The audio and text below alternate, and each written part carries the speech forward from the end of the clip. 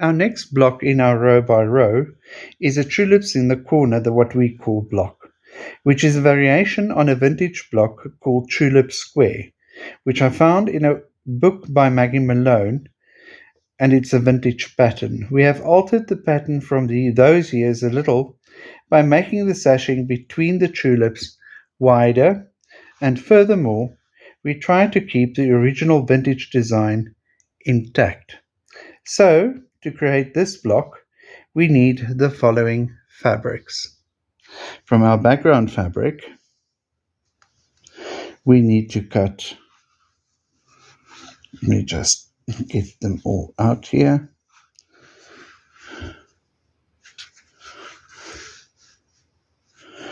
From our background fabric, we need to cut 4 squares of 1.5. And then we're also going to cut 4 squares of 2 inches, which we are going to bisect once on the diagonal.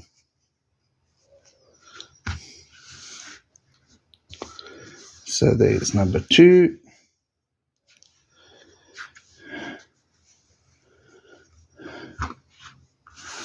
Number 3. And number 4. Right, that takes care of our background fabrics. Then our middle square is what we call the village green. So we're going to cut 1 square of 2.5 inches, and in our case it is green to fit in with our theme. Then our sashing, so to speak, between our tulips, or the paths dissecting it, we decided to create like a flower garden setting. For our focused fabric, we're going to need 4 squares of 2.5, and there they are. 1, 2, 3, 4. And then we get to our actual tulips. For our tulips, we need to cut 4 1.5 inch squares, and then also 4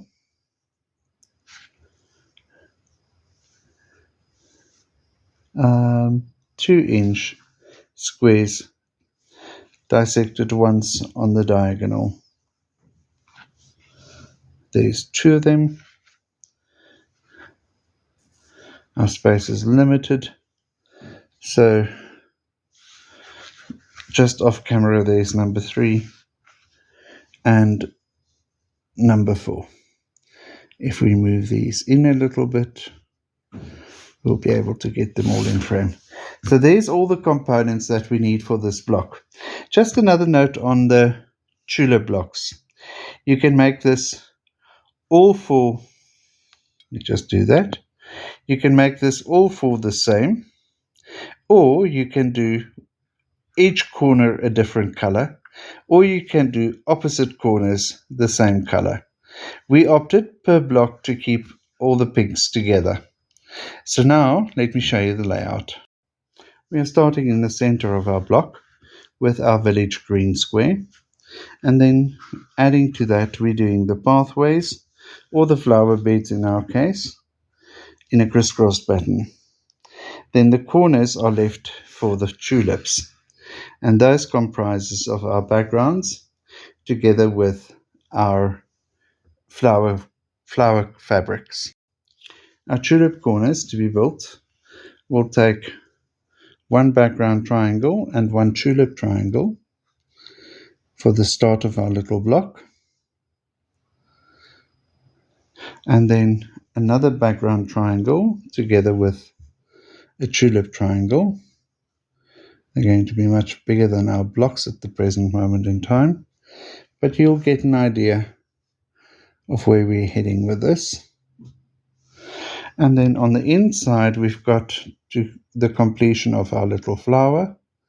There we are. And on the outside corner we've got the completion of our block with a background square. So there's our first tulip, and we're going to repeat the same process for all the other corners. So our first port of call would be to make the half square triangles for our tulips. So we're going to, there's 8 of them in each block. We are first of all going to make all 8 and square them off so that they can fit in nicely. And then we'll build the 4 patches for the corners, and then it'll become a 9 patch. So let's do the half square triangle.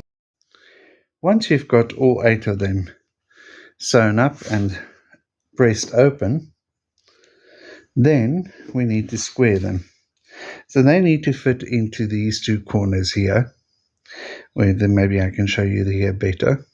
So they must now comply with whatever the other 2 is, and this is 1.5 each. So this must be squared down to 1.5 inch as well. As always, I keep my diagonal straight and see that I've got enough fabric all round, and then take off the first 2 sides, turn it around. Now I make sure that my lines on the edges are on top of my fabric and not next to it, otherwise the blocks are going to be too small, and that my diagonal line is still properly over the seam. And we do the last 2. There we go. That we throw away. And there is our first half square triangle ready to be put into our block. We'll just do it over here. And you can see as we go, our tulip block is coming together. Let's quickly do another. And before I speed up the process to make the video less long. So that's our first 2 sides done. Turn it around.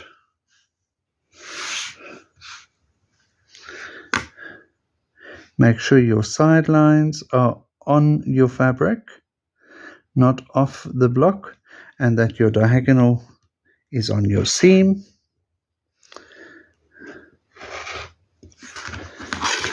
There's block number 2 of the 8. And there we go. So there's our first tulip. And now we're going to repeat the process for the other 3 corners.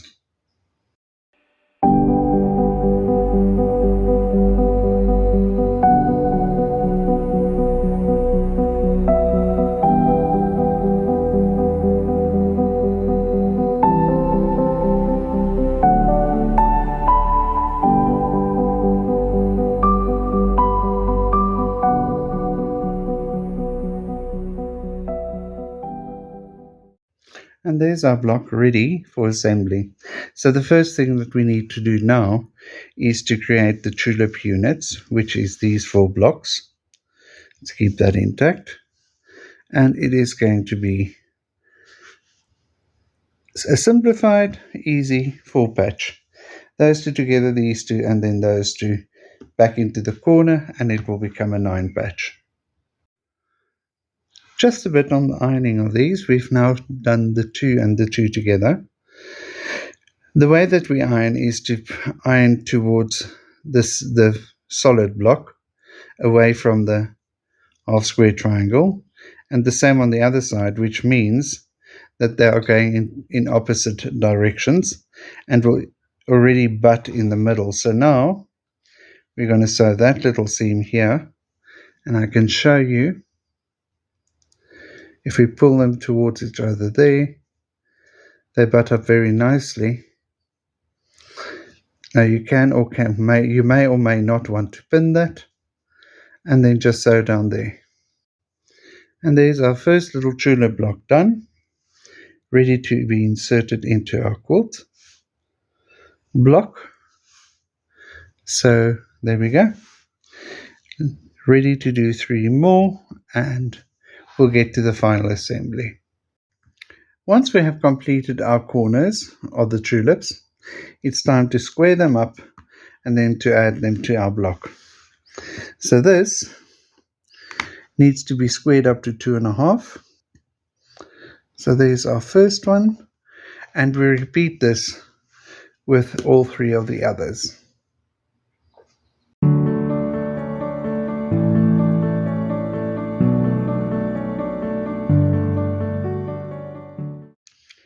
So there's our block ready for assembly.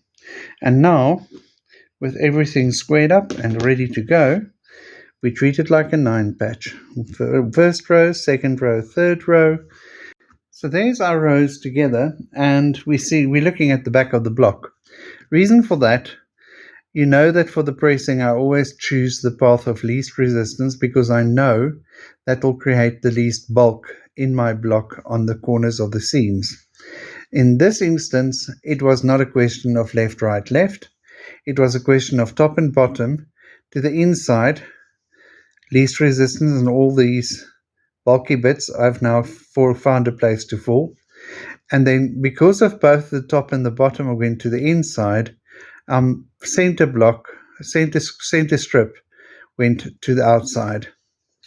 So if we can turn them over, you can see what our block looks like at the moment.